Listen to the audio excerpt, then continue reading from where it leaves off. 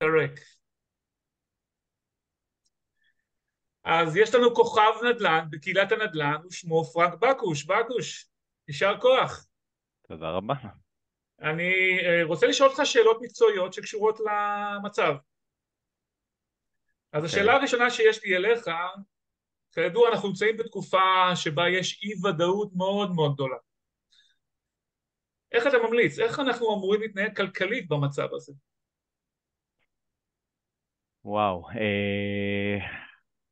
קודם כל אתה צודק, היא ודאות מאוד מאוד גדולה, שאנחנו גם לא יודעים כמה זמן היא תימשך. לפעמים יש לנו אי ודאות שאנחנו יודעים שהיא תחומה לשבוע, שבועיים, חודש, חודשיים, פה אנחנו לא יודעים כלום. אז איך כדאי להתנהל? אה, האמת שבימים האחרונים, לא יודע אם אני יכול להגיד המצאתי, אבל אני משתמש באיזשהו מושג חדש, נקרא תקציב הומניטרי, לעבור לתקציב הומניטרי. מדברים הרבה על סיוע הומניטרי וכולי, אז פשוט תקציב הומניטרי. אני מדבר הרבה עם לקוחות ועם אנשים שהם לא לקוחות, דרך הקו החם של איגוד היועצים לכלכלת המשפחה, וזאת השאלה שנשאלת, מה עושים? כאילו, לא נכנסים כספים, לא... איך אנחנו אמורים להתנהל? ובדרך כלל מה שאנחנו ממליצים זה בעצם לעבור על כל ההוצאות שלנו כרגע, נכון להיום, ולראות את כל הדברים שפעם חשבנו שהם חשובים, לפני המלחמה שחשבנו שהם חשובים והם הכרחיים, האם השתנה להם המאפיין הזה, אולי היום הם כבר לא חשובים ולא הכרחיים, ולהשאיר בתקציב רק את הדברים הבאמת באמת חשובים. עכשיו, הרבה פעמים שואלים אותי מה זה דברים חשובים, אז הומניטרי, מזון, דלק, תרופות, שלא נצטרך. זה השלושה דברים שאנחנו ממש ממש חייבים כדי להתקיים. שאר הדברים, האם אפשר לחשוב אם לוותר על זה או לא? כל אחד כמובן, כל משפחה וכל בן אדם עם הצרכים שלו, אבל בסופו של דבר אנחנו צריכים לרדת למינימום כדי לצלוח את התקופה הזאת, ואם יש לנו כספים בצד, אז אולי זה אפילו הזמן להשתמש בהם. גדול. אחלה. תגיד לי פרנק, אנחנו רואים שהבנקים עכשיו מציעים המון המון הטבות, ומה שנקרא בהנחיית בנק ישראל באים לקראתנו. אה, זה הטבות אמיתיות? כדאי לנצל, יש מה להיזהר מהנושא של ההטבות האלה? אז זהו. קודם כל, יש הטבות אמיתיות לשם שינוי, שהן ל-0 עד 7 קילומטר.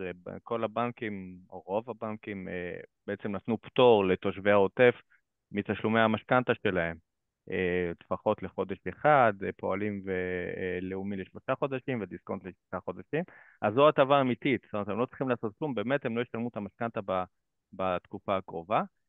שאר ההטבות, מה שהם קוראים לזה הקפאת משכנתה וללא ריבית וכאלה, צריך להיזהר מזה, כי בסופו של דבר זה גורם להחזר החודשי לעלות. וכמה לעלות, תלוי לכמה זמן אנחנו דוחים ואיך אנחנו פורסים את זה.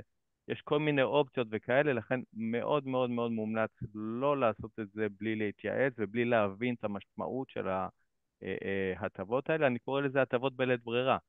אם אני נמצא במצב שאין לי ברירה והולכים לחזור לי כל מיני תשלומים, או אני לא אעמוד בהתחייבויות שלי, שווה לשקול את זה. אבל אם מבחינתי הכל ממשיך רגיל ואני יכול לעמוד בתשלומים, ב-99% זה לא יהיה הטבות שיהיה כדאי לקחת.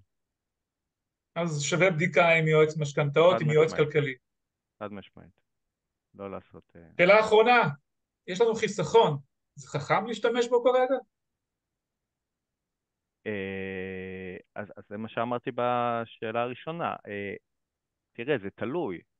כל עוד אני יכול בלי להשתמש בחיסכון הזה, ועשיתי את כל ההתאמות שלי, אז בואו נשאיר את זה למצב שבו אני כן אצטרך אותו, כי עם כל הכבוד אנחנו רק 3 שבועות, 3.5 שבועות שם, זאת אומרת, אנשים לא אמורים לקרוס כלכלית אחרי 3.5 שבועות, אז אם אני יכול כרגע להמשיך לספוג את זה בלי להשתמש, אז אני ארצה להשאיר את החיסכון הזה. אגב, אני קורא לזה חיסכון קיצון, כי זה חיסכון למקרה קיצון, ואנחנו נמצאים במקרה קיצון.